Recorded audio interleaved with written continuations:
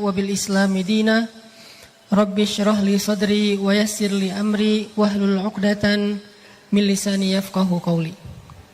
Sehat teman-teman semuanya? Terima kasih buat kesempatan yang sangat istimewa ini bisa ngumpul lagi dengan anak-anak muda Dresan Yogyakarta yang sebagian besarnya masih jomblo fisabilillah. Walaupun jomblo tapi tetap di jalan Allah. Karena justru ketika masih jomblo dan kita setia di jalan Allah, berarti kita masuk salah satu di antara 7 golongan syabun nasya'a fi ibadatillah, yaitu 7 golongan orang yang dapat naungan Allah, yaitu golongan kedua, pemuda yang tumbuh dalam ketaatan atau ibadah kepada Allah. Soalnya taat ketika masih sendiri itu lebih rumit daripada taat ketika udah berdua.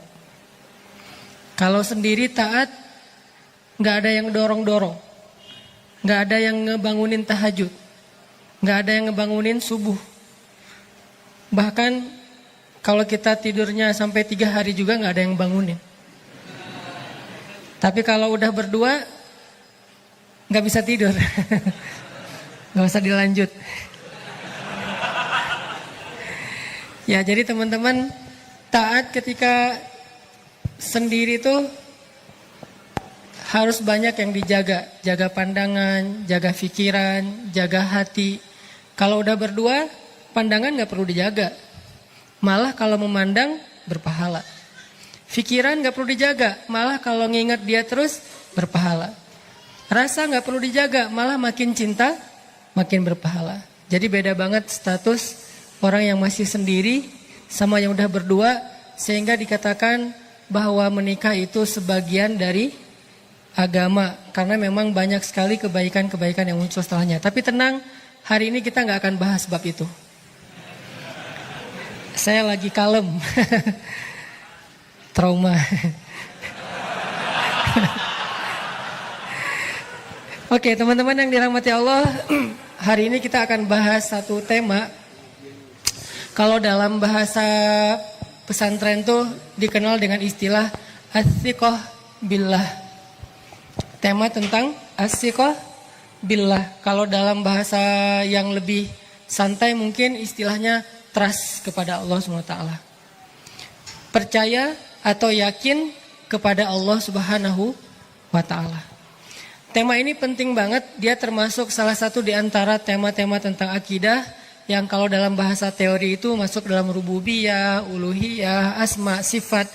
Cuman saya tidak membahasnya dari angle istilah-istilah teoritis, tapi lebih kepada keseharian kita. Contoh-contoh daily yang sering kita alamin, gimana caranya kita ngejalanin hal-hal yang sulit dengan modal as-siqah billah. Dengan modal trust sama Allah Subhanahu wa ta'ala. Gimana caranya kita ngelakuin hal yang orang lain anggap mustahil dilakukan, modalnya cuman percaya sama Allah. Gimana caranya kita berani ngambil pilihan hidup yang rumit, yang sulit, yang gambling, tetapi yang kita pilih itu adalah pilihan yang Allah ridhoi. Sementara orang lain takut mengambil pilihan itu dengan modal as-siqah billah, percaya kepada Allah. Cek. Ini adalah modal hidup kita banget, teman-teman. Kenapa itu? Ini adalah modal hidup kita banget. Dan salah satu cara Allah Subhanahu wa ta'ala mentarbiyah atau menyiapkan Rasul-Rasulnya sebelum Allah memberikan mereka tugas yang sangat berat, yaitu tugas risalah dan nubuwah, tugas berdakwah, tugas untuk mengajak orang-orang yang kufur, bahkan raja-raja yang zalim kepada Allah. Sebelum Allah mengutus mereka, sebelum Allah memberi mereka amanah dan tugas, maka Allah Subhanahu wa ta'ala akan membekali mereka dengan as-siqah billah. Allah akan bekali para rasul dan para nabi ini dengan iman, percaya sama Allah Subhanahu wa ta'ala. Sehingga ketika nanti mereka mengemban sebuah tugas yang berat kayak dakwah, menghadapi Fir'aun, Namrud, Haman, dan seterusnya, mereka tidak lagi galau. Ini gimana nanti kalau, ini gimana nanti jika, dan seterusnya. Kenapa? Karena mereka udah athiqah billah, udah yakin banget kepada janji Allah Subhanahu wa taala. Nah, hari ini kita akan belajar tajdidul iman, memperbaharui iman dengan tema athiqah billah, udah percaya aja deh sama Allah Subhanahu wa taala. Sebelumnya saya akan, atau kita bareng-bareng ya biar lebih seru, tilawah Al-Qur'an. Teman-teman punya aplikasi Al-Quran di handphonenya? Nomor mantan? Enggak, salah nanya. Aplikasi Al-Quran di handphone tolong dibuka surat Toha. Surat 20 kita akan baca dari ayat 9. Kita baca dari ayat 9 sampai ayat 46. Surat Toha, surat 20, kita baca dari ayat 9 sampai ayat 46. Satu lembar. A'udzu billahi minasy syaithanir rajim. Silakan.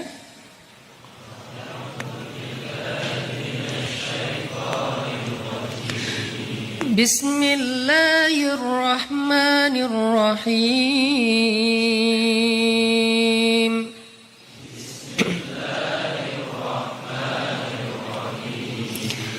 Wa hal ataka haditsu Musa.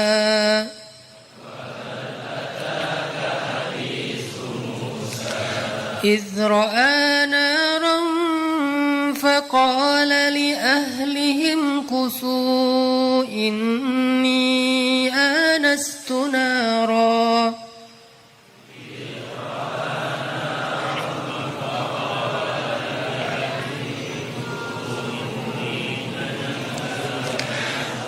لعلي آتيكم منها بقبس أو أجد على النار هدى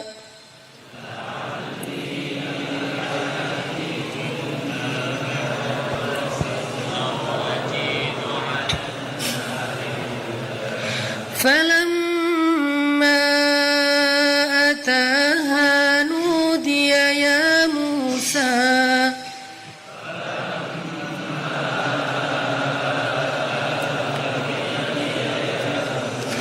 إني أنا ربك فاخلع نعليك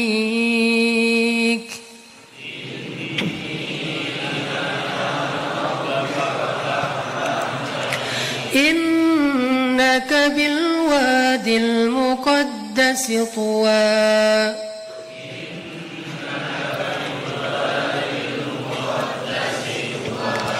وأنا اخترتك فاستمع لما يوحى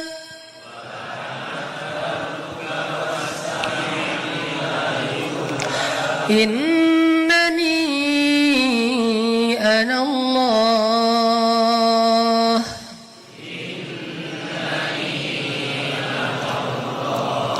لا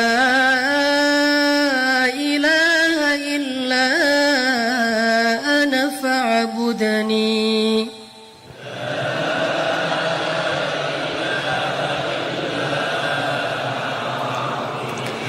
وأقم الصلاة لذكري إن الساعة آتية أكاد أخفيها لتجزى كل نفس بما تسعى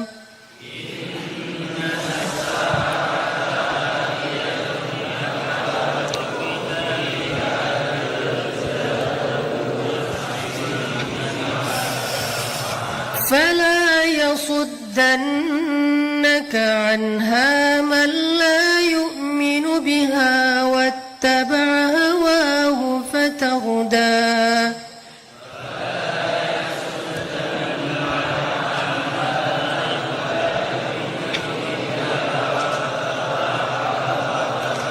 وما تلك بيمينك يا موسى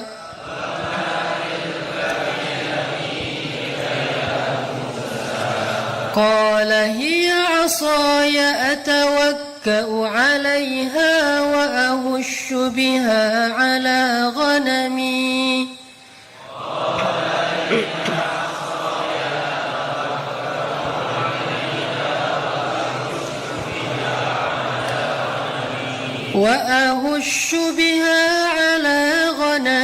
ولي فيها مآرب أخرى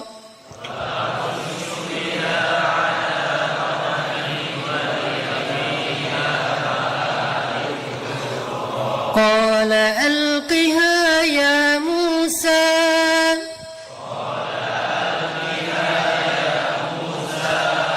فألقاها فإذا هي حية تسعى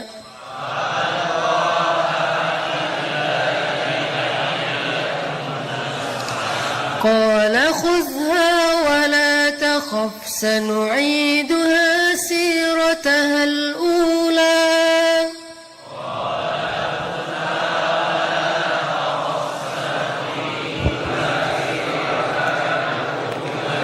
واضمم يدك إلى جناحك تخرج بيضاء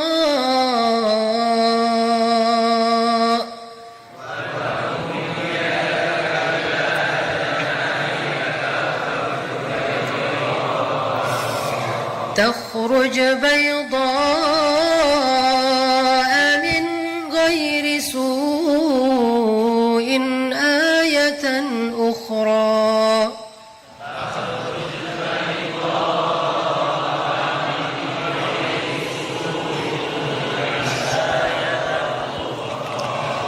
قال رب لنريك من آياتنا الكبرى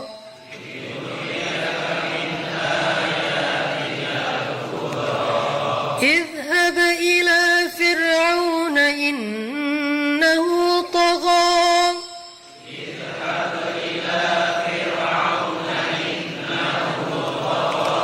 قال رب اشرح لي صدري ويسر لي أمري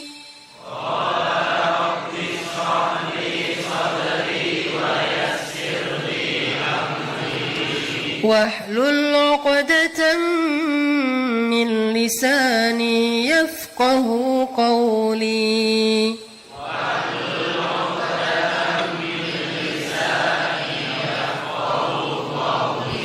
واجعل لي وزيرا من أهلي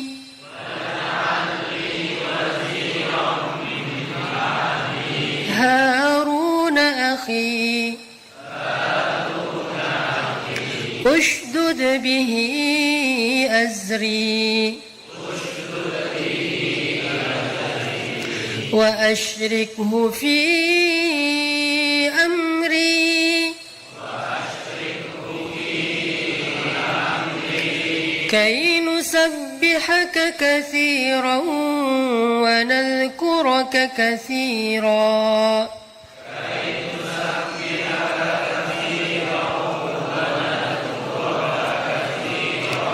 إنك كنت بنا بصيرا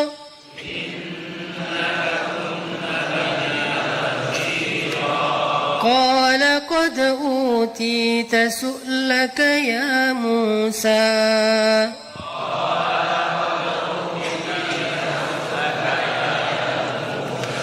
ولقد مننا عليك مرة أخرى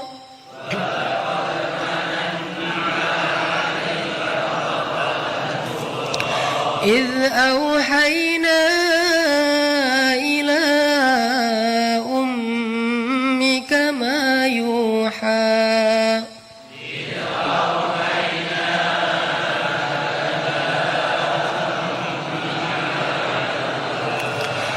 أن اقذفيه في التابوت فقذفيه في اليم فليلقه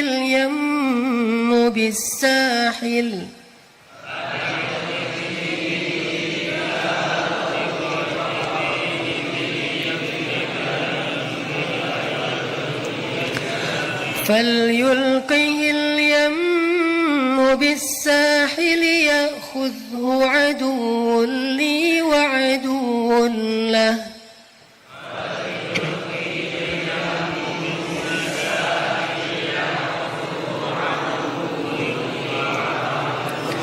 وألقيت عليك محبة مني ولتصنع على عيني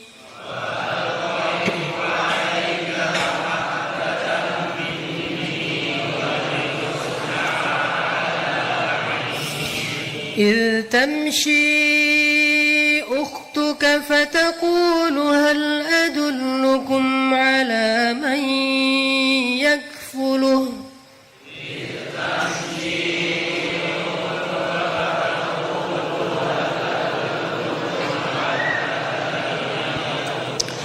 فرجعناك إلى أمك كي تقر عينها ولا تحزن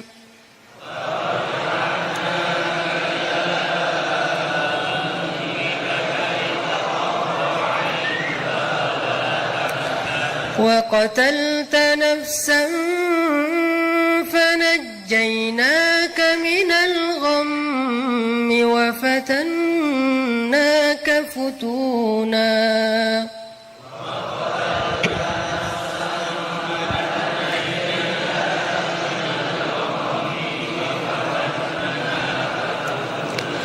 فلبثت سنين في أهل مدين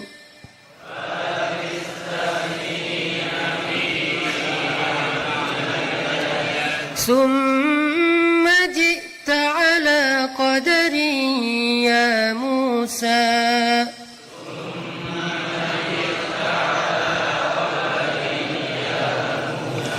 واصطنعتك لنفسي اذهب أنت وأخوك بآياتي ولا تنيا في ذكري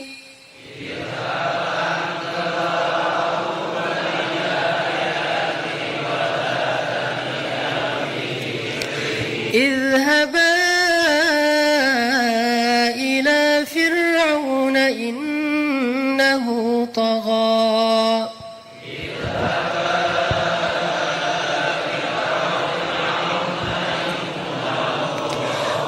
فقولا له قولا لينا لعله يتذكر أو يخشى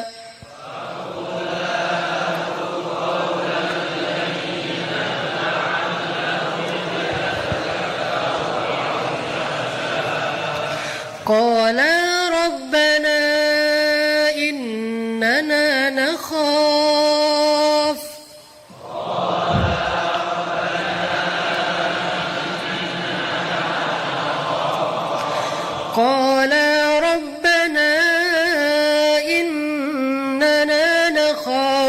أن يفرط علينا أو أن يطغى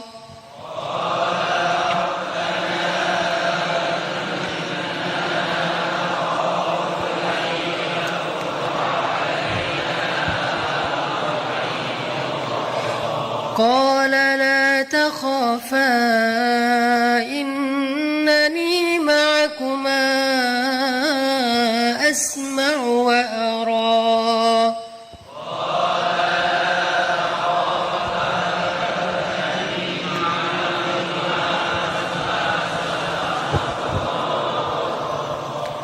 Sadaqallahul Azim. Teman-teman yang dirahmati Allah Subhanahu wa taala, kita sering ngalamin satu pengalaman dalam hidup di mana kita kadang dimudahin urusan kita karena ada seseorang yang bisa memotong banyak birokrasi. Kadang kita ketika misalnya kayak saya nih, karena ada beberapa acara di luar kota, pasti ustadz-ustadz yang lain yang mungkin lebih terkenal ngalamin lebih dahsyat lagi perlakuannya, kemudahan ketika di bandara misalnya. Jadi pernah beberapa kali karena jadwalnya terlalu padat, akhirnya teman-teman banyak yang mencoba untuk ngebantu. Salah satunya adalah komunitas teman-teman pekerja di bandara yang udah terbentuk itu, salah satunya di Bandara Surabaya. Mereka bikin komunitas di antara pekerja bandara itu untuk nge-LO-in para ulama atau ustadz yang lagi transit ataupun ada acara di Surabaya. Jadi mulai dari pintu pesawat udah dijemput sama mereka. Harusnya kan jemputnya di luar ya. Ini jemput sama panitia ke pintu pesawat. Udah gitu keluar dari situ, bagasinya, baggage tag-nya langsung diambil oleh panitia. Jadi panitia langsung nyewa kayak porter gitu, ngambilin bagasi. Ustadznya langsung masuk ke mobil.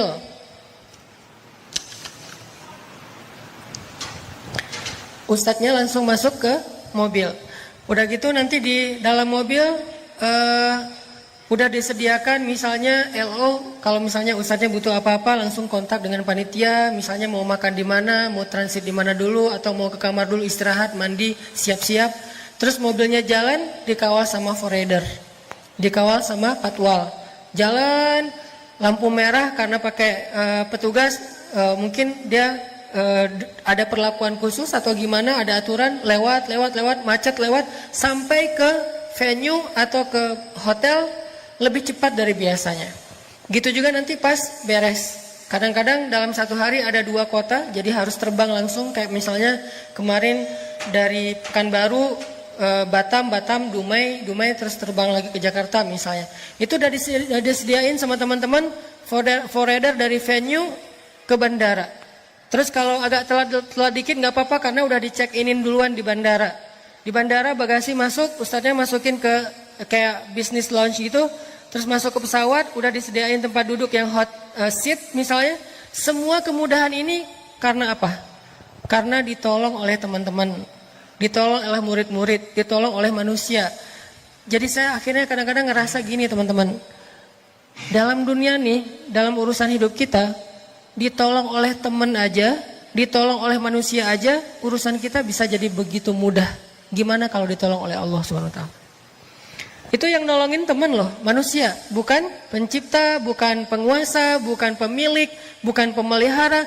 Cuman manusia biasa yang kebenaran qadarullah dia punya akses dalam pekerjaannya.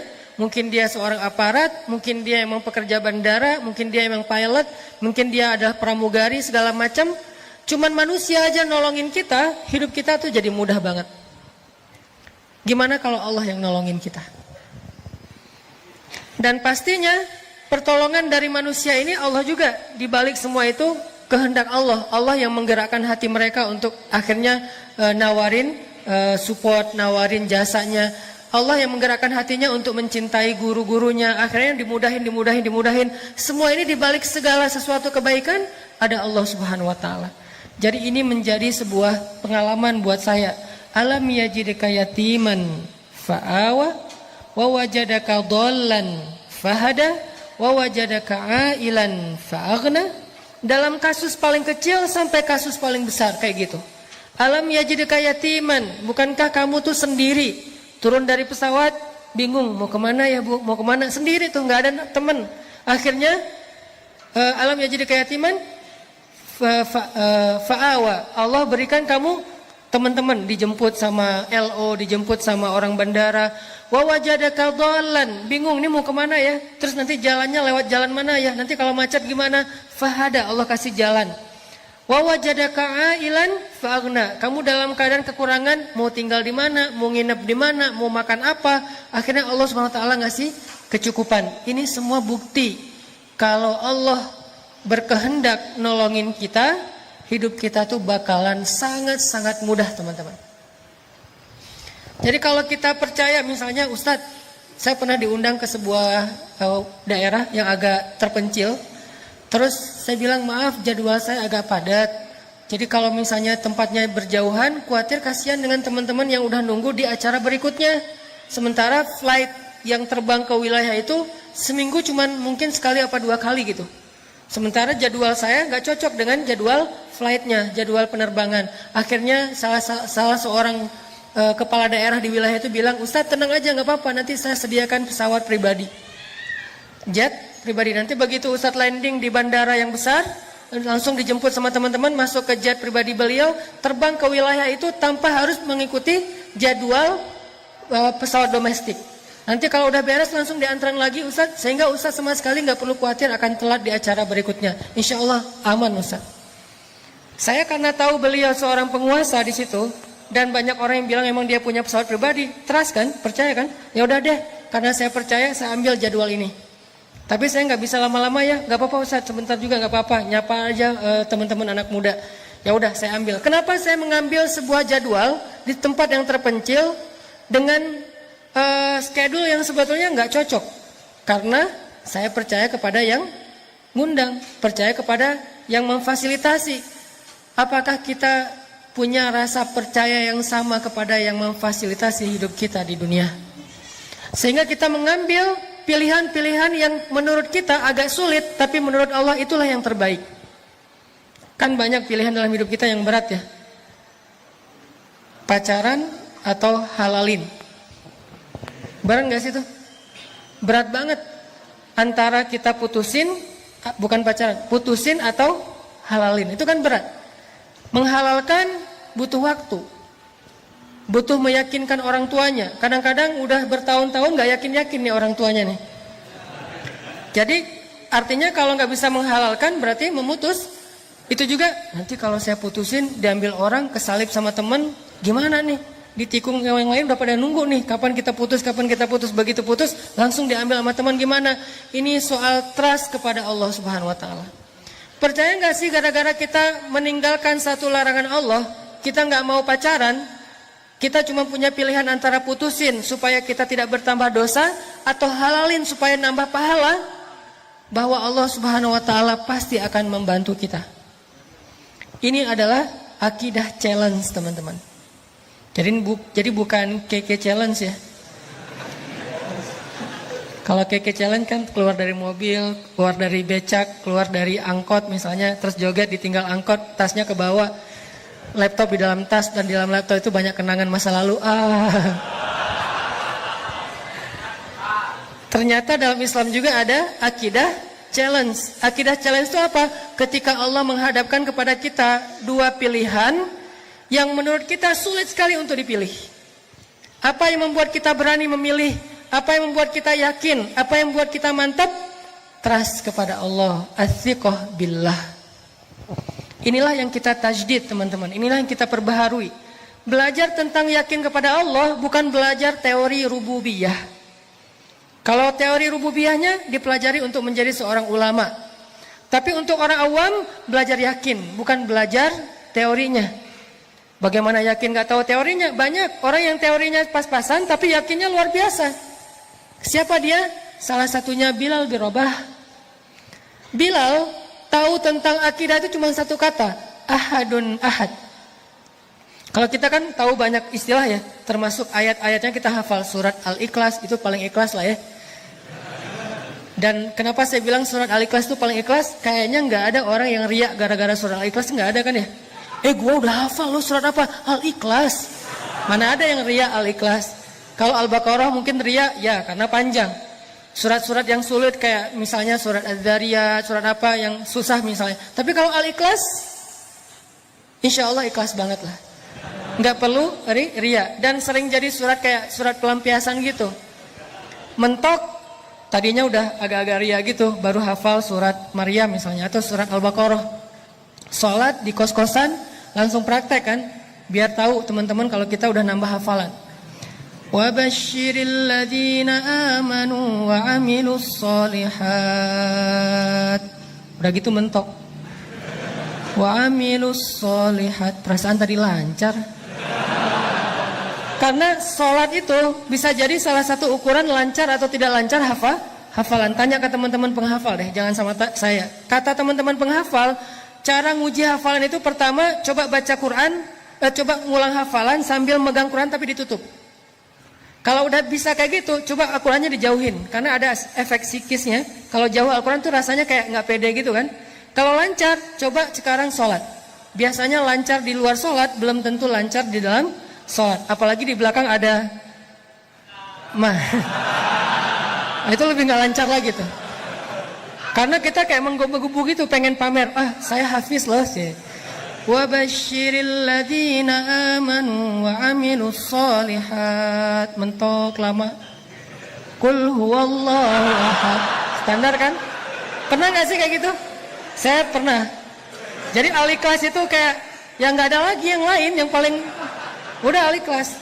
Daripada nyasar, wa amilus sholihat, bingung, wa tawasau bil haq, wa tawasau bil nyasar ke surat Al-Asr. Jadi kita tuh hafal Al-Ikhlas, hafal Al-Muluk, hafal Ar-Rahman, hafal surat-surat tentang kebesaran Allah, ayat kursi, bahkan bukan cuma ayat kursi.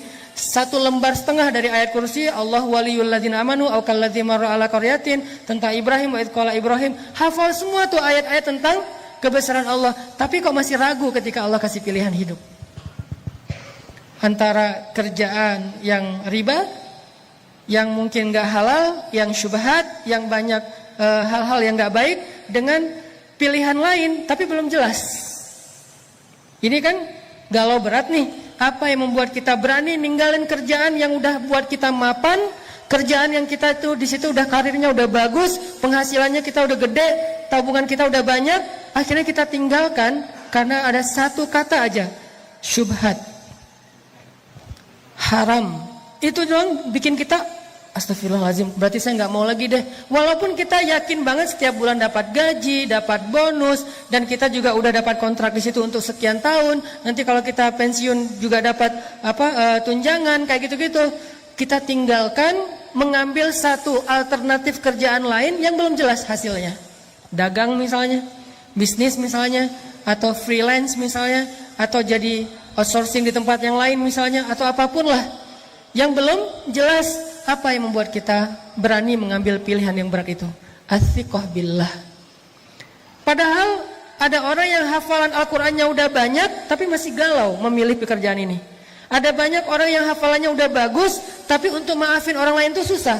Padahal Allah bilang, kalau kamu memaafkan saudaramu, wal ya'fu wal yasfahu, ala tuhibbuna ayyaghfirallahu lakum? Maukah kamu jika Allah mengampuni semua dosa-dosamu? Jadi kalau kita maafin teman kita, Allah bakalan maafin semua dosa-dosa kita. Kenapa susah maafin orang lain? Mungkin kita nggak yakin-yakin amat bahwa memaafkan itu untung, bahwa memaafkan itu keren banget, bahwa memaafkan itu di-like banget sama Allah, bahwa memaafkan itu bakalan dapat banyak sekali kebaikan dari Allah. Kita nggak benar-benar yakin, walaupun lisan kita bilang benar. Benar sih, kalau kita maafin orang, Allah akan ngampunin dosa kita. Tapi kata tapi inilah yang menandakan bahwa kita belum jujur mengatakan benar. Kita baca Al-Quran, selalu kita tutup dengan kalimat apa? Shadaqallahul azim. Itu kalimat tasdid, kalimat pembenaran, bukan kalimat penutup. Karena setelah baca Shadaqallahul azim masih boleh ngaji enggak? Lo kok baca lagi, kan tadi udah Shadaqallah. Emang enggak boleh. Bahkan kita boleh bilang Shadaqallahul azim setiap ayat. Alif Lam Mim, Allahu a'lam, kan? Karena ayatnya ayat yang tidak bisa ditafsirkan. Ya udah, Allah yang lebih tahu. Dzalikal kitabu la raiba fihi hudal lil muttaqin. Yang dengar sadaqallah, sadaqallah, sadaqallah. Alladzina yu'minuna bil ghaibi wa yuqimuna as-salata wa mimma razaqnahum yunfiqun. Sadaqallah, sadaqallah. Boleh enggak ngomong kayak gitu? Boleh, karena itu bagian dari tajawub terhadap Al-Qur'an. Itu etika membaca Al-Qur'an atau mendengar Al-Qur'an. Kita mentajawub, merespon. Kita bisa merespon dengan cara komen. Komennya apa? Jadi ada orang yang posting lagi baca Quran. Dalam analogi sosmed, dia lagi tilawah. Dia baca Qul huwallahu ahad, kita komen Sadaqallah. Kita respon, like. Kita repost Masya Allah ya, Allah luar biasa ya, Allah maha kuasa, Allah segala macam. Kita ngerespon, itu namanya tajawub. Dari kata jawab, menjawab, merespon, atau aktif mendengarkan Al-Quran. Termasuk kita bilang, Sadaqallah, Sadaqallah, Sadaqallah. Boleh. Jadi kalau ada orang yang dengerin kita tilawah terus dia bilang Sadaqallah, dia bukan lagi nyindir supaya kita cepat-cepat selesai. Kita baru baca Alif Lam Mim, Sadaqallah. Lo gak senang denger bacaan gua? Jangan baper dulu.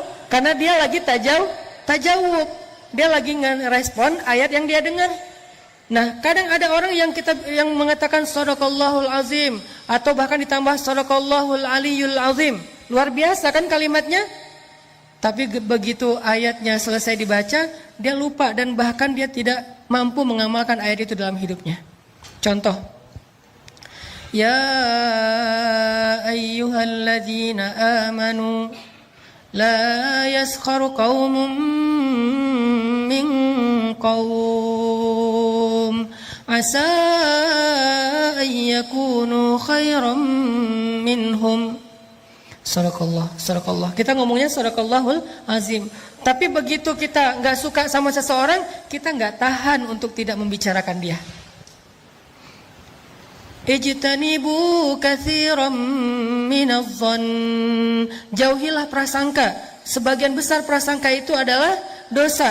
Tapi begitu kita nggak serak sama seseorang, kayaknya nggak rela gitu untuk berbaik sangka kepada dia. Kenapa? Bukankah kita bilang Sadaqallahul Azim, Maha benar Allah. Jadi kalau Allah bilang jauhi prasangka, berarti benar, harus jauhi prasangka. Kenapa kita masih menganggap enggak kok, prasangka saya nggak salah, prasangka saya wajar, prasangka saya make sense banget, sangat masuk akal. Ini artinya kita nggak benar-benar Sadaqallahul Azim. Walaupun kita orang yang punya sakofah, wawasan tentang akidah. Jadi orang yang lulus dalam akidah challenge itu bukan orang yang hanya tahu teorinya, bukan orang yang hanya tahu wawasannya, tapi orang yang benar-benar mencoba untuk melatih teori dan wawasan yang sederhana itu menjadi iman. Dan iman at-taqwa hahuna, kata Nabi, tempatnya di sini. Ukurannya tuh di dalam hati kita. Kita yakin, believe, trust enggak sih sama Allah Subhanahu wa taala. Ketika dikasih pilihan, disitulah ujian kita. Makanya orang kayak Bilal yang dia tahu tentang akidah cuman ahadun ahad. Ketika dia sholat ketahuan sama Umayyah bin Khalaf qadarullah, kemudian dia disiksa. Malah ketika dia disiksa itu kayak live streaming kalau di zaman kita tuh. Live streaming di YouTube, live streaming di Instagram, semua orang pada nge-view. Viewernya itu banyak banget, sekota Mekah viewernya. Kenapa? Karena yang lagi live streaming itu Umayyah bin Khalaf, salah satu tokoh selebgram Mekah. Sehingga Umayyah bin Khalaf lagi live, pada viewer gitu kan banyak. Terus ada yang komen, sambil nge-view dia komen gini, kasihan ya gitu. Terus yang lain nanya, siapa yang kasihan? Umayyah atau Bilal? Yang lain jawab, Umayyah, bukan Bilal. Pertanyaannya, kenapa orang yang nge-view live streaming Bilal disiksa itu malah kasihannya kepada Umayyah bukan kepada Bilal? Kenapa? Karena ternyata yang terlihat kepayahan bukan Bilal tapi Umayyah. Bilal yang disiksa, tapi yang kelelahan, yang kepayahan, yang keringatnya itu udah segede-gede gitu ya, itu Umayyah bukan Bilal. Yang terlihat hampir mengeluh dan berputus asa adalah Umayyah bukan Bilal. Bilal malah tangguh. Sebelumnya Bilal tidak dikenal sebagai seorang laki-laki yang tangguh, hanya budak biasa. Tapi tiba-tiba dia menjadi seorang laki-laki yang kata orang Quraisy lebih tangguh daripada gunung Uhud. Kenapa? Ahadun ahad. Itulah yang menguatkan Bilal. Kata ahadun ahad. Ini artinya teman-teman, bukan wawasan yang paling utama, walaupun itu penting, tapi yang paling utama berapa banyak dari wawasan akidah ini yang benar-benar bisa bikin iman kita bertambah. Tajdidul iman, memperbaharui iman. Harusnya setiap kali kita ngaji, kita bukan cuma nambah wawasan untuk bahan perdebatan, tapi setiap kali kita ngaji, keluar dari sini makin yakin, makin mantap, makin istiqomah, makin berani mengambil resiko-resiko di jalan Allah SWT. Berarti pengajian kita ini benar-benar salah satu charging iman, tajdidul iman, memperbaharui iman. Ini yang kita bahas. Gimana caranya kita menjadi orang yang mampu ngelaluin hal-hal yang berat, mampu untuk woles, mampu untuk berani, mampu untuk ngambil pilihan-pilihan yang sulit dengan modal ats-tsiqah billah, percaya kepada Allah Subhanahu wa taala. Seperti kita percaya kepada makhluk, kalau bisa lebih bagus lebih daripada itu. Kayak tadi saya percaya ke teman saya, akhirnya jalan, saya percaya kenapa? Dia guide yang handal. Pas misalnya kita ke satu kota yang kita nggak hafal jalannya, didampingin sama dia. Bahkan kalau udah jalan sama dia, kita udah nggak perlu pakai Google Map. Kenapa? Jalan dia itu lebih akurat daripada Google Map kadang-kadang. Kadang-kadang kan Google Map juga dia ngasih jalan yang mungkin udah belum diupdate, ternyata jalan itu udah ditutup. Kenapa ditutup? Lagi ada acara pengantenan. Google Map tahu? Nggak tahu. Kan Google Map nggak mengupdate setiap hari. Dia mungkin sebulan sekali atau entah berapa bulan sekali, yang Allahu a'lam, saya nggak ngerti. Beberapa kali saya jalan nih, ditunjukin jalan alternatif yang paling cepat. Masuk kampung dong. Dan jalannya kecil tapi cepat, motong gitu. Oke, saya ambil nih naik mobil. Ternyata ditutup, jalan itu ditulis ditutup sementara ada acara ngantenan. Akhirnya harus mundur lagi, malah lebih lama sampainya daripada ngambil jalan biasa. Kenapa? Dia nggak update. Teman saya yang orang daerah situ tahu banget, Ustaz jangan lewat situ, lagi ada acara ngantenan, di situ lagi ditutup jalannya, di situ lagi banjir, di situ lagi apa, lagi rusak atau apa. Dia lebih update. Sehingga pas saya jalan, saya trust banget sama dia. Udah nggak apa-apa dah, ikutin aja nasihat dia. Apakah kita trust kepada Allah kayak kita trust kepada dia? Sehingga ketika Allah mengatakan jangan yang ini buat bikin kamu celaka, ini aja jalan yang lurus, ini aja jalan syariat, ini aja jalan yang baik, yang bahagia. Kita memilih jalan yang dipilih oleh Allah karena kita percaya Allah lebih tahu yang mana yang paling baik buat kita. Allah yang lebih update perubahan dinamika dalam kehidupan kita ketimbang diri kita sendiri. Allah lebih update, bukan hanya update, Allah lebih tahu masa depan yang bahkan belum terjadi. Sehingga kita percaya kepada Allah, analoginya kayak kita tadi percaya kepada teman orang lokal situ yang tahu banget jalan yang paling cepat untuk sampai ke lokasi. Ini namanya ats-tsiqah billah. Gimana membangun ini supaya kita bisa ngejalanin hidup lebih mantep? Gimana ngebangun ini biar kita nggak gampang galau? Gimana ngebangun ini kalau kita lagi sedih berat? Salah satu penyebab sedih berat itu misalnya, saya pernah nanya kayak kuesioner gitu, apa yang bikin teman-teman paling galau? Salah satu jawabannya, yang bikin kita paling galau, musibah terbesar itu Ustadz, diputusin pas lagi sayang-sayangnya. Itu paling galau buat sebagian orang. Ada lagi yang paling galau, kemarin ada yang bilang, bikin musibah terbesar dalam hidup saya, Cristiano Ronaldo pindah ke Juventus gitu. Itu musibah paling besar gitu. Ada lagi apa, misalnya macam-macam kan jawaban orang mah. Intinya adalah gimana kalau kita dihadapkan dengan masalah kayak gitu. Kita kayak nggak terima kenyataan. Masa sih Argentina kalah sama Perancis, kan nggak diterima tuh kenyataannya gitu ya. Itu gimana rasanya? Bisakah kita tetap bisa woles? Dan dalam contoh yang lebih rumit mungkin dalam kehidupan kita pribadi, bisakah kita tetap woles? Gimana rasanya? Gimana caranya woles ketika kita di grup? Tadi lagi rame nih di grup WA kita nih, kita masuk grup geng SMA misalnya, atau geng SMP, atau SD, atau TK, atau playgroup lah, terserah. Jadi ada geng, grup nih, satu geng, terus kayak ada yang broadcast sesuatu, yang lain pada respon gitu kan, chat, rame, apa. Kita lihat, oh banyak chat nih, kita masuk, begitu kita komen, yang tadi rame tiba-tiba senyap. Itu gimana perasaannya? Perasaan tadi lagi heboh gitu, segala macam. Ada yang habis masak terus posting, gua masak ini loh. Yang lain pada mau. Pas kita, waduh pinter masak ya, diem. Sekali kayak gitu. Besok heboh lagi, kita komen, diem lagi. Sampai akhirnya diemnya seminggu, 2 minggu, itu grup sepi. Ternyata apa yang terjadi? Mereka bikin grup baru. Dan cuman kita doang yang gak dimasukin ke grup itu. Itu gimana perasaan kita? Kan sakit hati banget ya. Itu benar-benar wah kecewa banget lah. Akhirnya kita bukan hanya live group, kita del semua kontak mereka. Cuman satu kontak yang udah di del tapi masih keinget. Gak bisa move on soalnya. Jadi di del dari handphone tapi di dalam benak masih keinget aja. Kenapa? Soalnya dulu saya yang beli kartu prabayarnya. Intinya teman-teman, gimana kita mengkondisikan rasa di hati kita kalau kita lagi diuji kayak gitu. Kalau kita lagi diuji dengan ujian zulzilu, diguncang perasaan kita.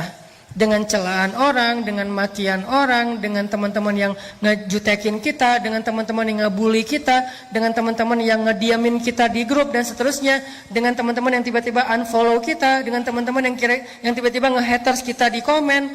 Gimana kita ngejalaninya? Satu-satunya yang bikin kita kuat adalah as-siqah billah. Udah serahin aja sama Allah. Serahin aja sama Allah. Karena kalau Allah udah turut ikut campur, itu udah luar biasa. Lebih bagus cara Allah daripada cara-cara kita. Ini yang dibangun lewat belajar iman, belajar tajdidul iman, as-siqah billah. Coba teman-teman renungkan lagi kisah hijrah Nabi Shallallahu Alaihi Wasallam.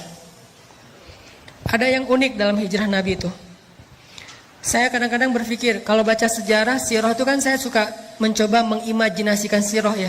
Nggak suka baca sirah sekedar data perang Badar 313 lawan 1000.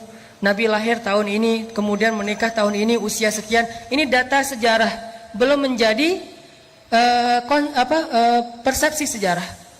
Harusnya sejarah itu membangun persepsi kita, cara berpikir, bukan hanya sekedar wawasan dan data. Cuman adegan biasa. Saya coba memikirkan, kenapa ya Nabi hijrahnya sama Abu Bakar? Ada orang bilang, gak usah tanya, ya udah emang kayak gitu.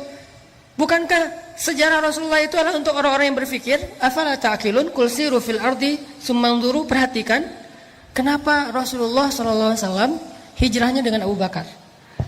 Kenapa Nabi nggak hijrah bareng dengan Umar aja biar aman? Kan gitu ya. Coba lihat gimana Umar hijrah. Umar sebelum hijrah posting. Captionnya, ya ahla Makkah, ya ma'syara Quraisy.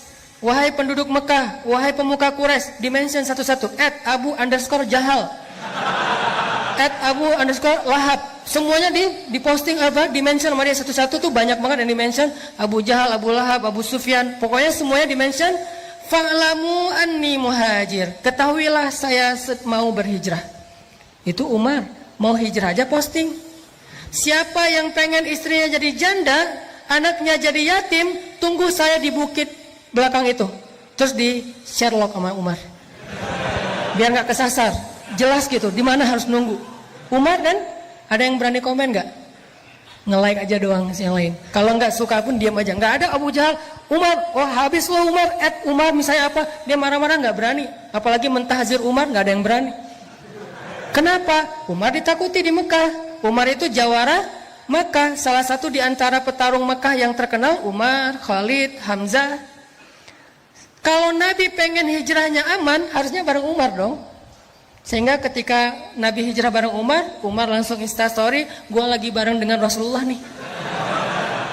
Pengen hijrah ke Madinah, ada yang berani nunggu gue di jalan? Nggak ada yang berani kan? Kan aman hijrah Nabi, kenapa nggak bareng Umar aja? Itu pertanyaan saya. Wah, kenapa nggak dengan Umar ya? Kalau kayak gitu kan Umar aman banget. Hijrahnya serombongan, nggak ada yang berani nungguin. Semuanya mulus jalannya. Kenapa nggak dengan Umar? Atau kalau Umar mungkin bukan keluarga Nabi, walaupun nanti jadi sahabat dekat, kenapa nggak dengan Hamzah? Yang secara status di Mekah sama kayak Umar, ditakuti, jawara juga, pemanah ulung, pemburu, hunter, dan beliau pamannya Rasulullah SAW sendiri. Kenapa nggak dengan Hamzah? Sehingga kalau misalnya Rasulullah lagi hijrah, terus orang-orang ngelihat yang ngedampingin atau yang ngawalnya adalah Hamzah, nggak ada yang berani ngedekat. Kenapa nggak dengan Hamzah? Atau kenapa nggak dengan Utsman? Supaya dikasih fasilitas hijrah yang nyaman, dikasih mobilnya Alphard. Kemudian nanti di perjalanan di rest area itu pilih rest area yang paling bagus, ada bisnis lounge-nya, bisa duduk nyaman, nggak perlu susah-susah, nggak akan kehujanan, nggak akan kepanasan. Karena Utsman orang kaya, kenapa nggak dengan Utsman? Atau kenapa nggak dengan tokoh-tokoh lain yang punya pengaruh di dalam kabilah orang Mekah? Kenapa Abu Bakar As-Siddiq? Satu, secara fisik Abu Bakar itu nggak seperti Umar bin Khattab. Beliau nggak lemah, karena kalau dibandingkan kita, Abu Bakar lebih tangguh. Soalnya Abu Bakar gitu-gitu mujahid. Tapi di antara orang Mekah, beliau tidak dikenal sebagai petarung. Kenapa Abu Bakar yang dikenal sebagai orang yang paling lembut? Kenapa Abu Bakar yang hartanya udah habis? Iya, Abu Bakar itu pernah jadi orang kaya, tapi sekarang lagi jatuh miskin sejak membantu dakwah Nabi, terutama habis di boykot selama 3 tahun. Kenapa Abu Bakar yang secara kabilah beliau berasal dari suku Taim. Suku Taim itu salah satu suku yang paling lemah di Mekah. Sementara Umar, Utsman, yang lain-lain itu suku-suku yang kuat di Mekah. Kenapa Abu Bakar? Supaya Rasulullah SAW mengajarkan kepada kita tentang athiqah billah, bukan athiqah bi Umar, bukan athiqah bi Khalid, bukan athiqah bi Hamzah, bukan athiqah bi Utsman, bukan athiqah bi Abdurrahman bin Auf, tapi athiqah billah.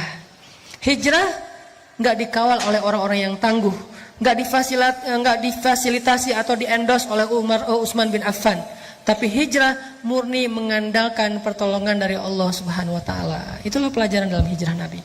Sehingga yang dibawa Abu Bakar As-Siddiq. Kenapa Abu Bakar? Karena di antara semua umat Islam, bukan sahabat aja, semua umat Islam, iman Abu Bakar itulah yang paling kuat. Sampai Nabi mengatakan kalau ditimbang iman Abu Bakar di satu timbangan, iman umat Islam di satu timbangan, maka iman Abu Bakar lebih berat. Maka yang diajak Nabi untuk berhijrah itu adalah sebaik-baik teman yang paling taat kepada Allah, yaitu Abu Bakar As-Siddiq. Hijrah nih bareng dengan Abu Bakar. Diam-diam Ali disuruh tungguin rumah Nabi, tidur di tempat Nabi. Jalan bareng Abu Bakar malam-malam ketika orang udah pada tidur. Terus jalannya kemana? Ikhtiar. Nggak langsung ke Madinah, malah menjauh dari kota Madinah, masuk ke dalam sebuah lubang yang kita kenal dengan Gua Thur. Sembunyi di dalam gua itu. Kemudian bikin skenario. Nanti Asma binti Abu Bakar nganterin makanan setiap hari kepada Rasulullah. Kemudian Abdurrahman kalau nggak salah, atau Abdullah anaknya Abu Bakar, yang mencari tahu berita tentang orang Mekah ada apa. Dia jadi kayak jasus, jadi kayak agen gitu. Kenapa Nabi begitu rumit mau hijrah aja? Padahal kalau hijrah bareng Umar nggak serumit itu. Ini Nabi lagi ngajarin kita tentang trust kepada Allah SWT. Hijrah kita walaupun maknanya berbeda, kita tidak pindah dari satu tempat ke tempat yang lain, tapi kadang punya resiko yang sama, teman-teman. Setelah kita hijrah, kita ditinggalin teman-teman, ditinggalin geng di masa lalu kita. Setelah kita hijrah, kita jadi nggak punya pendapatan, penghasilan sebesar yang sebelumnya. Setelah kita hijrah, kita jadi malah mungkin dengan keluarga mulai agak ada cekcok, dengan pasangan mulai renggang kayak gitu-gitu. Ini adalah resiko-resiko ketika kita mengambil pilihan yang rumit, yang sulit dalam hidup kita. Apakah kita berani melakukannya karena athiqah billah, percaya kepada Allah? Ini yang dilakukan Nabi SAW. Sehingga ketika beliau sembunyi di dalam gua Thur, kemudian Abu Jahal mengumumkan, kata Abu Jahal, siapa yang bisa membawa pulang Muhammad hidup atau mati, maka akan aku hadiahkan 100 ekor onta. Kalau satu ekor onta harganya 100 juta, berarti berapa? 10 miliar ya. Akan aku hadiahkan minimal nih, karena harga onta yang dipakai untuk ke luar negeri itu di atas 100 juta. Kalau yang 40 juta, 50 juta itu onta potong. Ya, onta juga ada onta kampung, ada onta potong.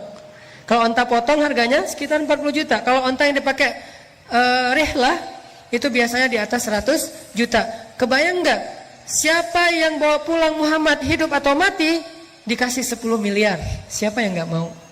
Akhirnya semua pembunuh-pembunuh bayaran yang tadi ngelihat itu lagi trending topik di sosial media, mereka semuanya langsung bergerak. Tadinya pada nongkrong-nongkrong di tempat mereka masing-masing, ada yang minum-minum, tiba-tiba kata temannya, ada sayembara tuh, nangkap Muhammad hidup atau mati, terus hadiahnya apa? 10 miliar, semuanya bangkit. Serentak semua pembunuh bayaran di kota Mekah mencari Rasulullah SAW. Gimana rasanya? Dicari oleh pembunuh bayaran. Kalau ketemu, antara dibawa hidup ataupun dalam keadaan mati. Nyari.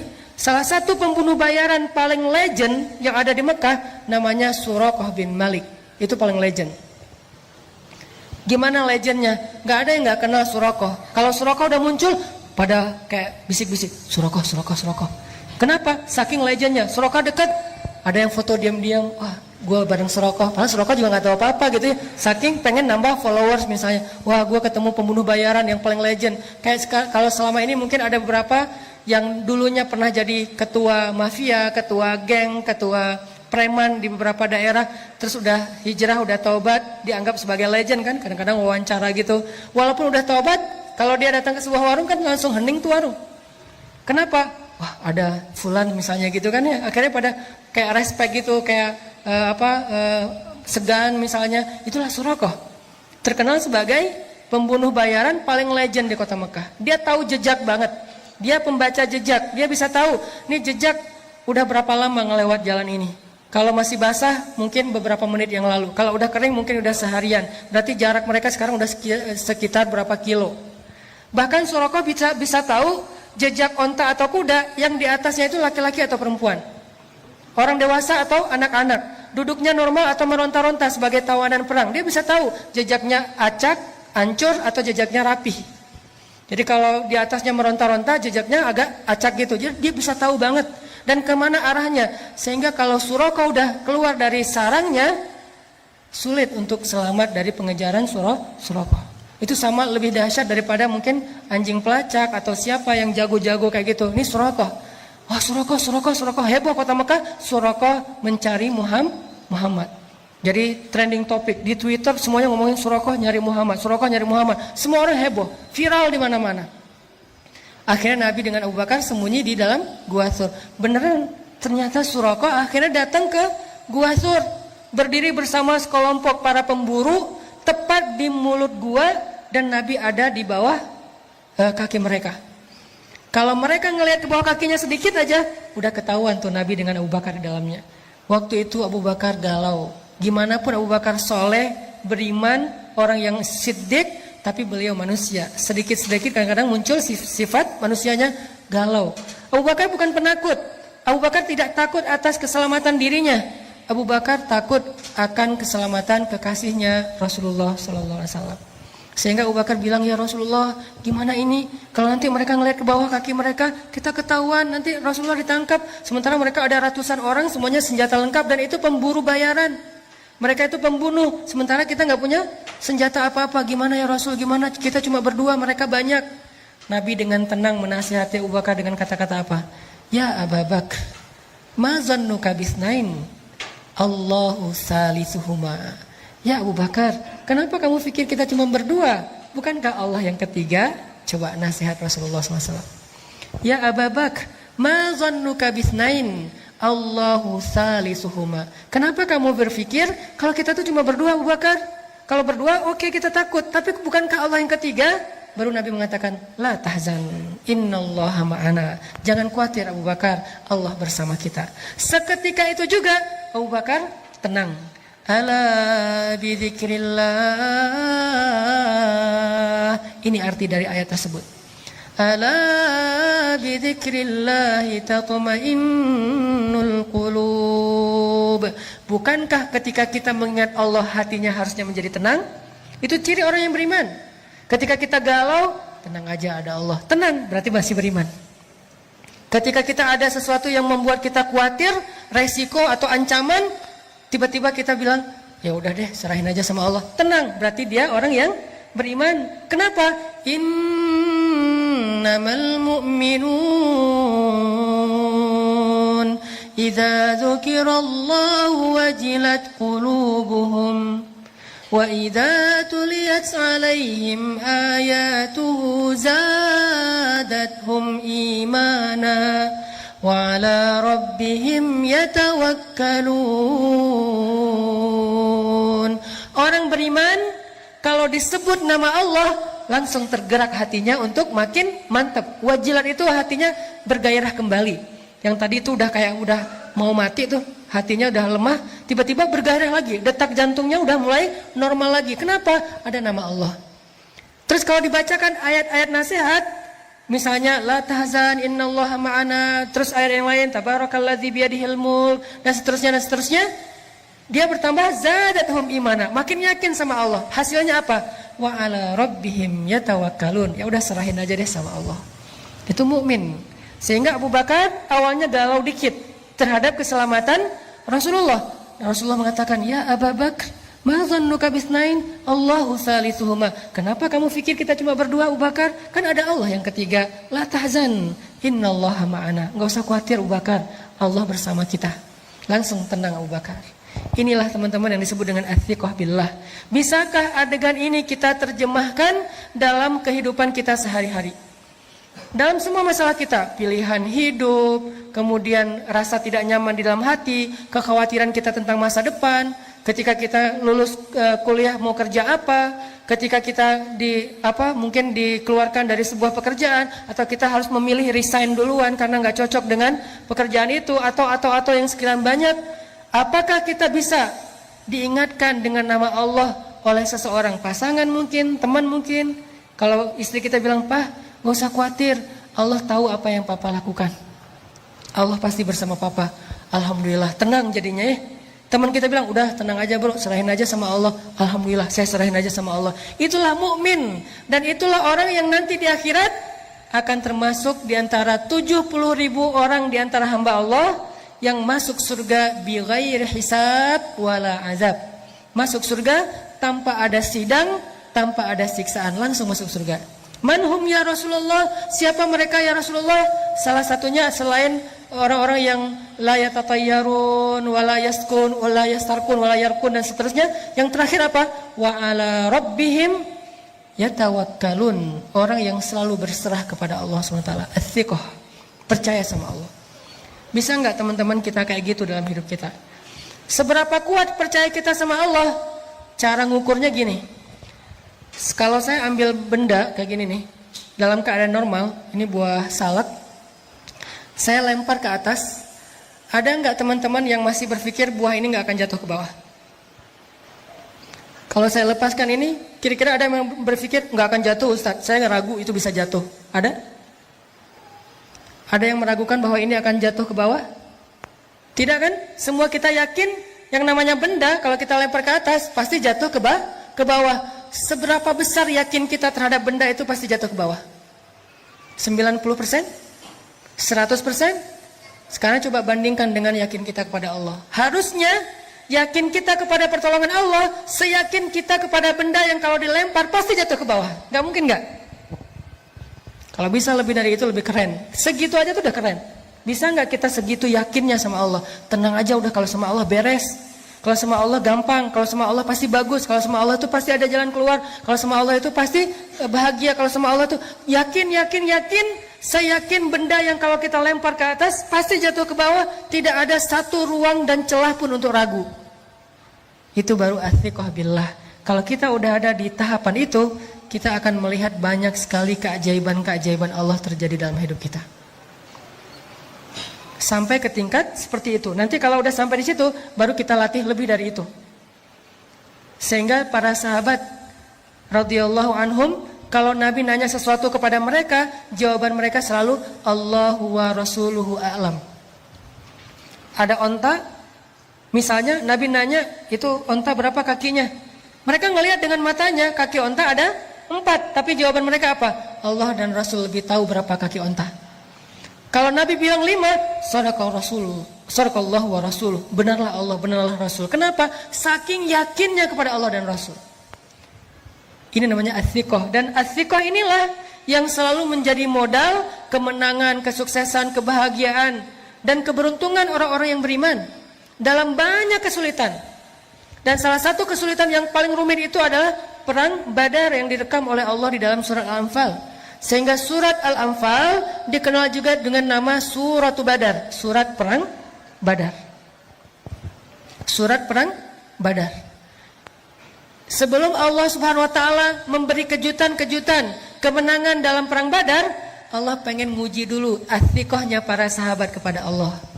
Coba teman-teman buka deh surat Al-Anfal, biar kita nanti bisa ulang-ulang di dalam bacaan kita atau di rumah, bahwa surat ini adalah surat ngajarin kita tentang akidah challenge. Ini salah satu contoh akidah challenge di surat Al-Anfal. Coba lihat ayat 7. Coba lihat ayat 7. Surat Al-Anfal. Surat Al-Anfal itu surat ke-8 ayat 7. Ini akidah challenge nih di ayat 7. Ketika para sahabat dikasih pilihan sama Allah. Apa kata Allah?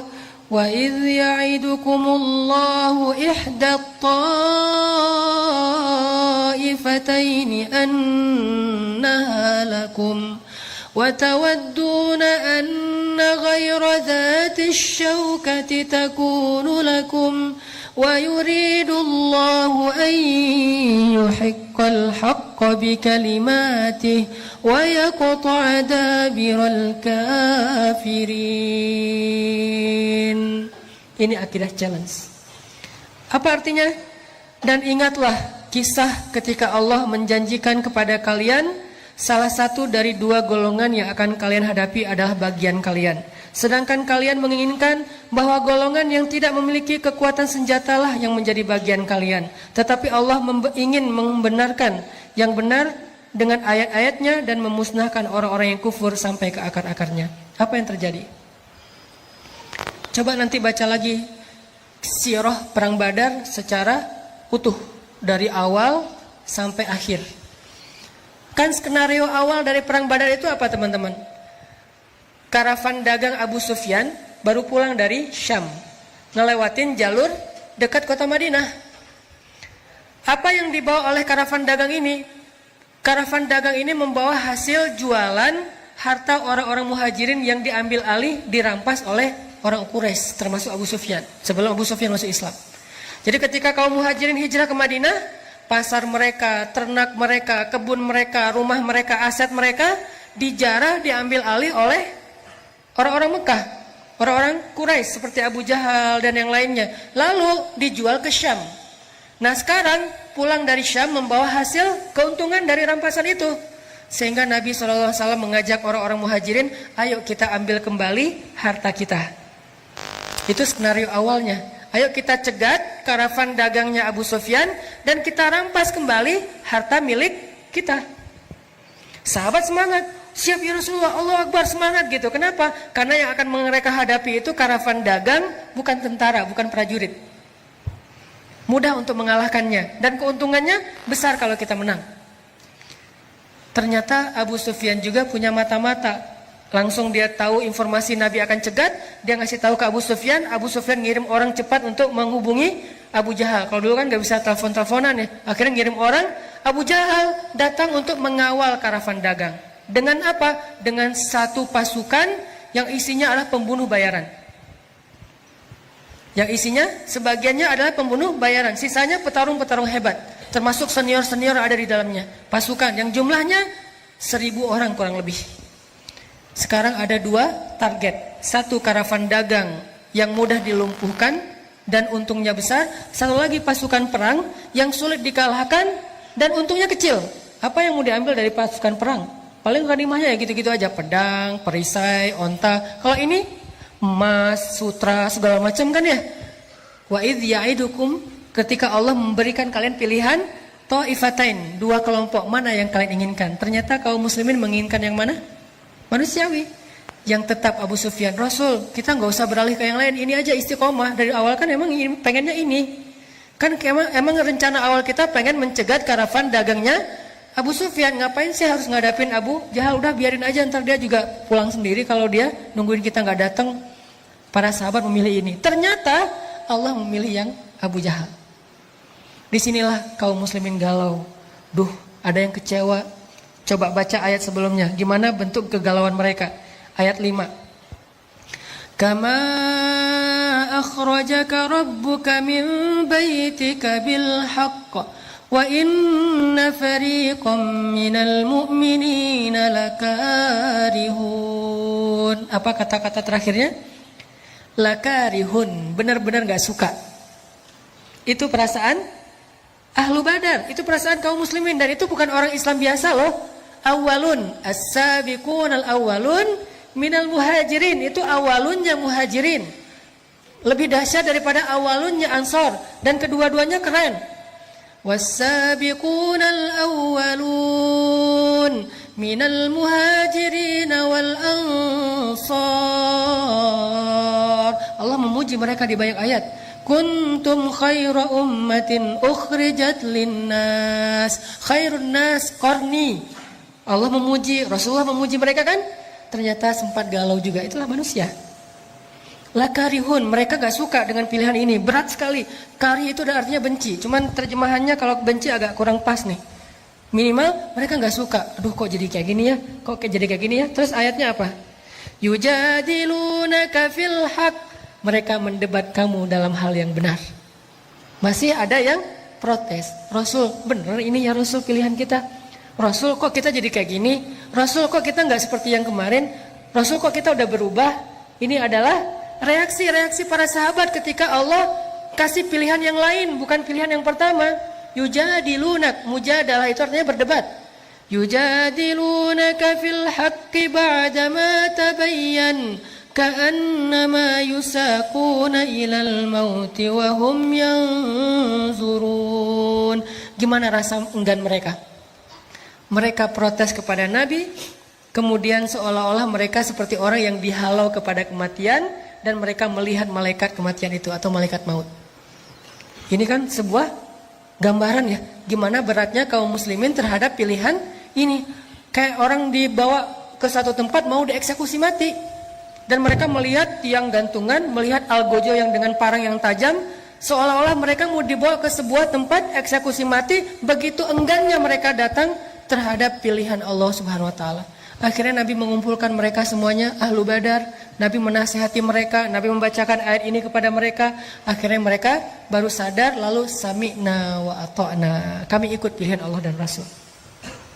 Ini maksud dari innamal mu'minun idza dzukirallah wajilat qulubuhum. Tadi mereka galau, lalu diingatkan dengan nama Allah, wahai kaum muslimin, ini pilihan Allah, taatlah sama Allah, ambil aja pilihan Allah walaupun berat.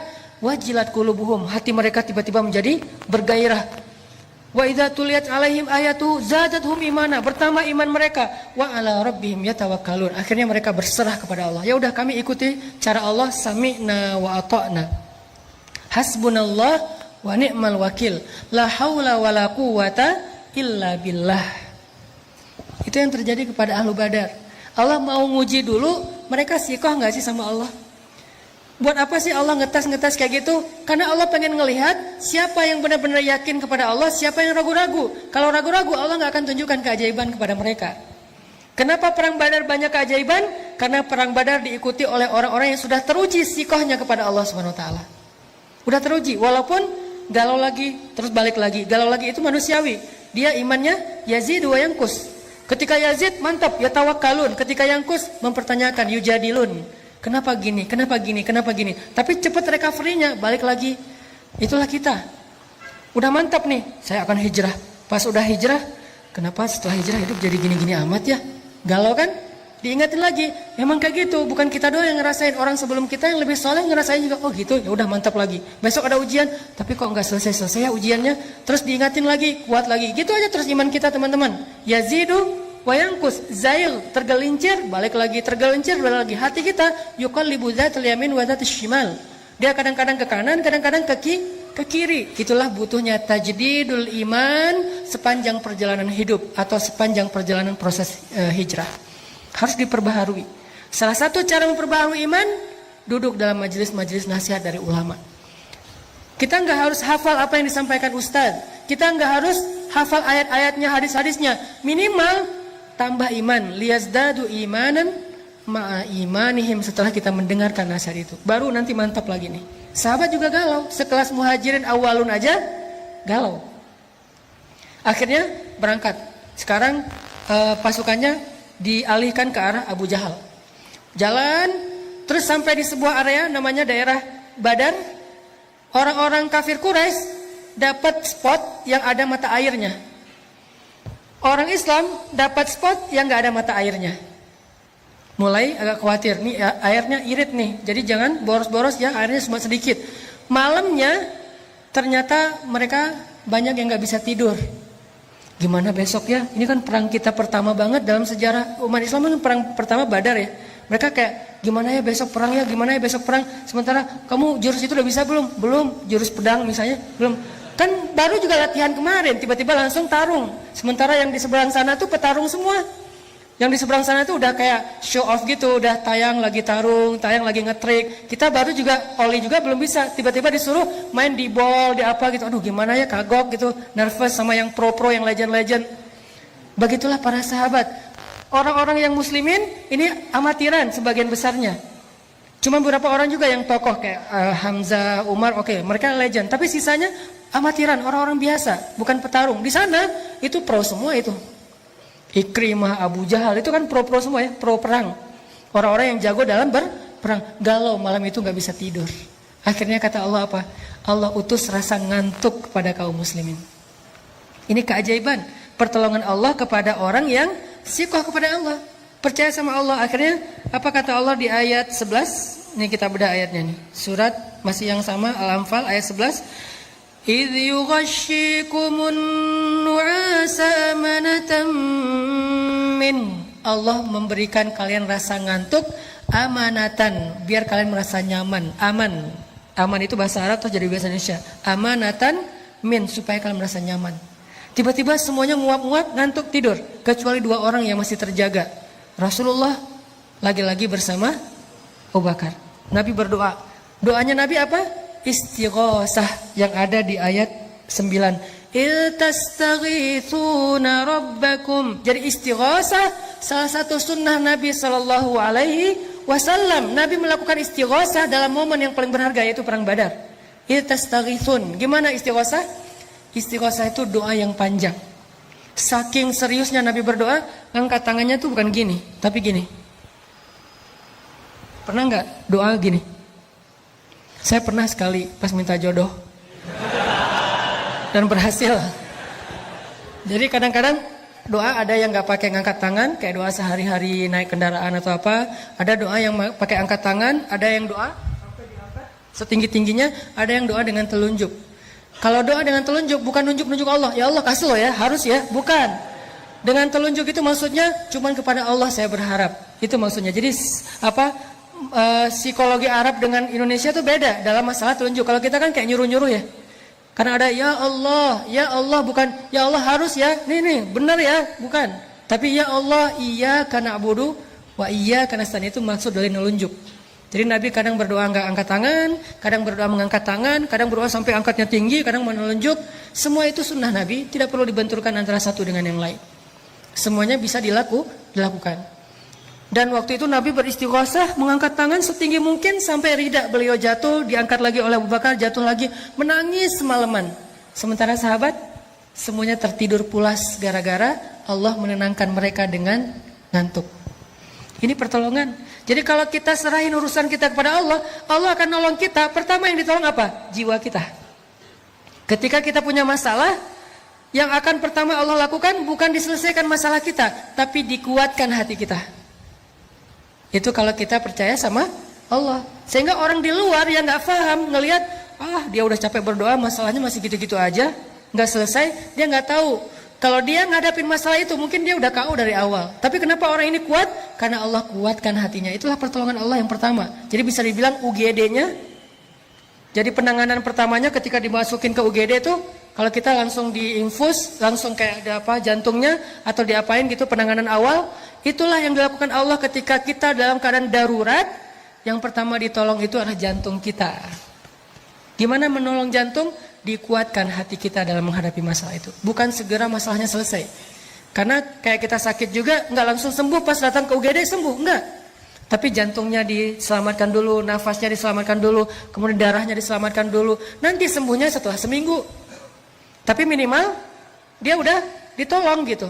Nah Allah juga nolong kita kayak gitu teman-teman.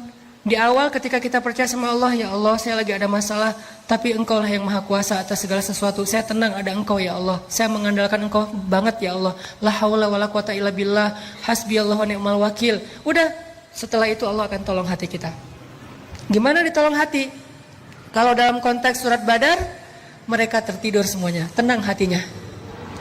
Kita juga bisa gitu, kadang-kadang kenapa ya akhir-akhir ini saya gampang ngantuk, soalnya habis diputusin.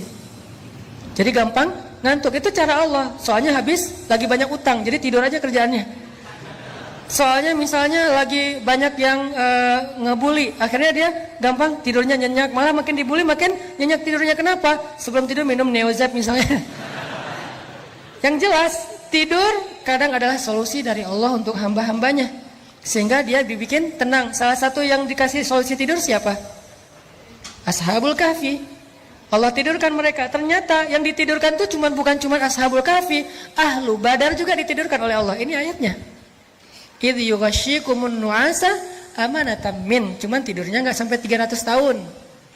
Tapi pesan moralnya sama. Tidur yang membuat mereka nyaman. Amanatan, menjadi tenang mereka.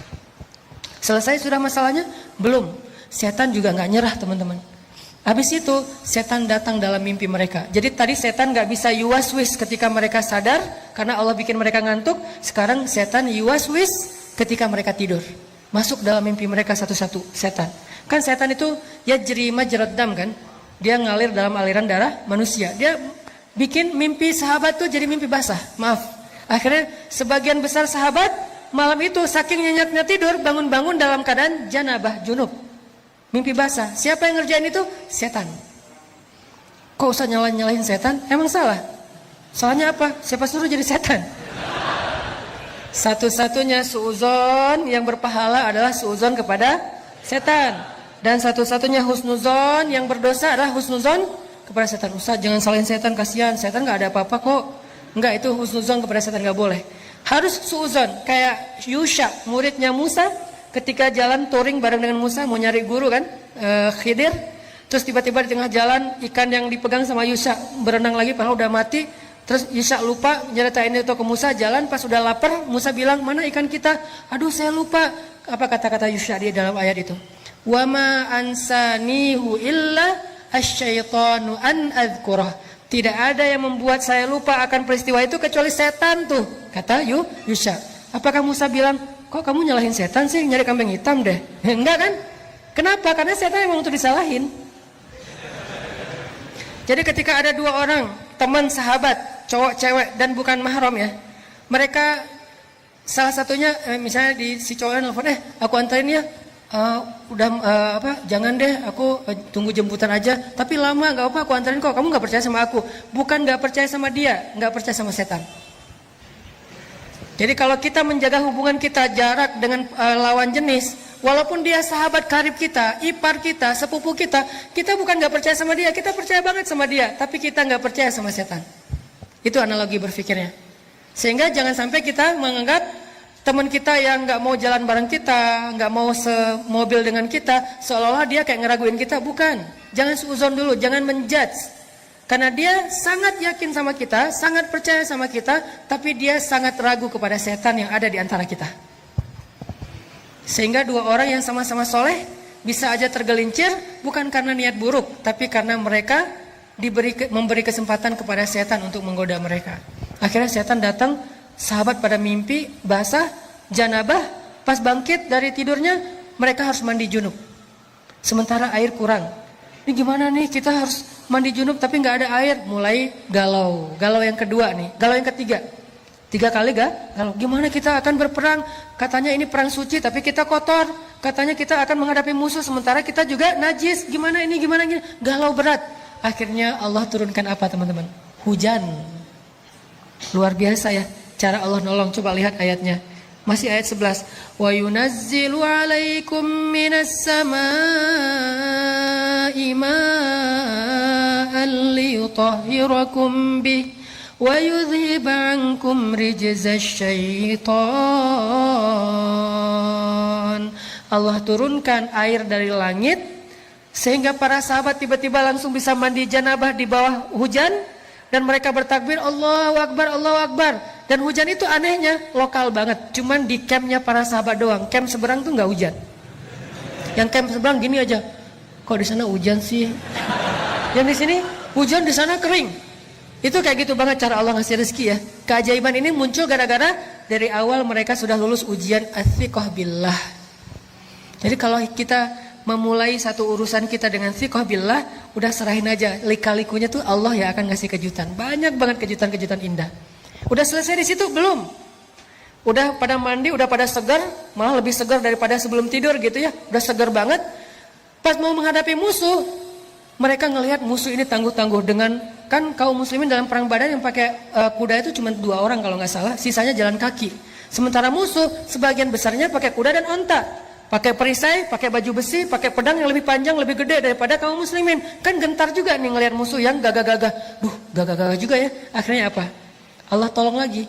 Tiba-tiba pas mereka ngelihat ke langit, mereka ngelihat barisan cewek-cewek. Maaf, bukan barisan malaikat. Barisan malaikat berbaris di langit. Jangan lihat ke atas. Saya aja yang udah punya pasangan. Insya Allah aman. Ntar gak dibukain pintu. Ternyata pas ngelihat ke langit, itu udah banyak barisan malaikat. Jadi menurut saya perang Badar yang paling benar itu logikanya bukan 300 lawan 1000.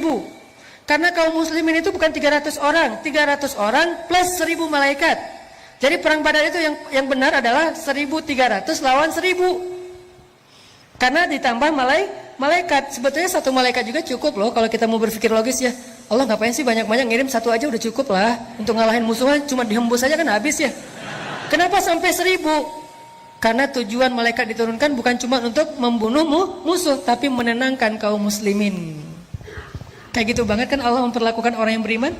Dikirim 1000 malaikat yang turun berduyun-duyun, pakai ikat kepala hijau, kemudian pakai jubah putih, kemudian mereka menyambar dengan cepat seperti angin, sehingga kaum muslimin ngeliat, perang belum mulai kok udah pada duluan sih, malaikat duluan yang jalan. Aktif banget nih malaikat gitu ya, luar biasa. Sehingga kaum muslimin ya udah deh ngopi-ngopi dulu kalau bahasa kita ya. Udah duluan nih malaikat aja kalau bahasa kita nih. Jadi intinya kayak gitu banget Allah memperlakukan kaum muslimin. Kenapa? Athiqah billah. Pokoknya udah serahin aja sama Allah, hidup kita bakalan nyaman banget. Didoain malaikat, ditolong malaikat, disupport sama malaikat, di like sama malaikat, di repost sama malaikat, di mention sama malaikat dalam analogi sosial media kita. Itu banget kalau kita percaya sama Allah. Tapi begitu kita athiqahnya berganti kepada logika, kita lebih yakin kepada hitung-hitungan matematika kita, maka hilanglah semua peluang kita untuk melihat keajaiban dalam hidup kita. Bisa dibilang perang Badar itu hampir kaum muslimin tuh nggak ikut perang. Cuman dikit doang perangnya, sisanya malaikat yang sebetulnya berperang. Coba nanti baca kisah perang Badar dari angle musuh. Jadi yang dibaca jangan cuman versi orang Islamnya, jangan cuman versi riwayat kita. Coba baca Nat Geo-nya mereka deh. Nat Geo-nya musuh. Ternyata menurut musuh-musuh yang nantinya akhirnya masuk Islam, mereka bilang, alhamdulillah saya selamat hari itu. Itu kejadian luar ngeri banget. Waktu itu saya berada di pasukan musuh, saya belum dapat hidayah. Ketika kita akan berperang dengan kaum muslimin, yang kita lihat itu bukan kaum muslimin, tapi deretan makhluk yang memakai ikat kepala hijau. Mereka turun dari langit menyambar kami. Tiba-tiba saya menutup kepala dan mata saya hanya mendengar teriakan teman-teman saya yang dipenggal oleh para malaikat. Ketika saya membuka mata saya melihat tubuh teman-teman saya sudah terkapar di atas tanah. Itu kerjaan siapa? Bukan kerjaan kaum muslimin, malaikat. Kaum muslimin datang udah beres. Aduh, beres. Beres nih, diberesin sama malaikat. Kenapa? Athiqah billah. Percaya aja sama Allah, beres. Gak ada yang sulit kalau Allah udah ikut campur. Inilah pentingnya kita ngandelin Allah dalam masalah kita, dalam hidup kita, dalam hajat-hajat kita, dalam cita-cita kita. Saya punya cita-cita secara pribadi dalam urusan dakwah, yang 3 tahun yang lalu orang menganggap itu berlebihan. 3 tahun yang lalu orang menganggap itu nggak mungkin. Salah satunya adalah gimana menghijrahkan teman-teman motor. Kalau dulu namanya geng motor, kalau sekarang udah jadi ormas. Gimana pemerintah juga nggak bisa segala macam. Alhamdulillah bukan karena saya hebat, karena Allah terlibat.